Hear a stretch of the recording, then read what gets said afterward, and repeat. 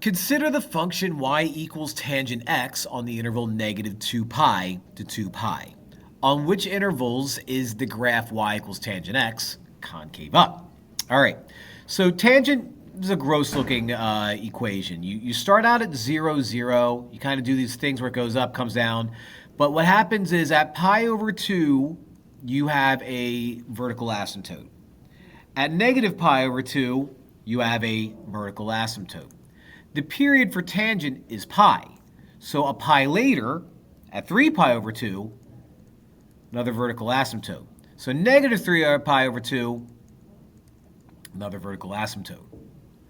Now we hit the x-axis every 0 and then pi thereafter. So pi, pi, negative 2 pi, there you have it. The way you draw this out is you make a curve that appears to be concave up to the right of the dot. So you're going to appear to be concave up and hitting the asymptote. You're going to appear to be concave up, hitting the asymptote. I don't have any room for you. You're going to appear to be concave up, hitting the asymptote. Concave up, hitting the asymptote. To the left of the dot is going to appear to be concave down. Concave down. Concave down. Concave down.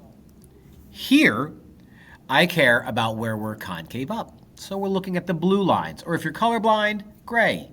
So here, now, by the way, the red dots act as inflection points. I don't know why I forgot that word. So we can't count it. We also can't count the vertical asymptotes. So we have concave up from negative 2 pi to negative 3 pi over 2. Union. Negative pi to negative pi over 2. Union. 0 to pi over 2. Union. And pi to 3 pi over 2.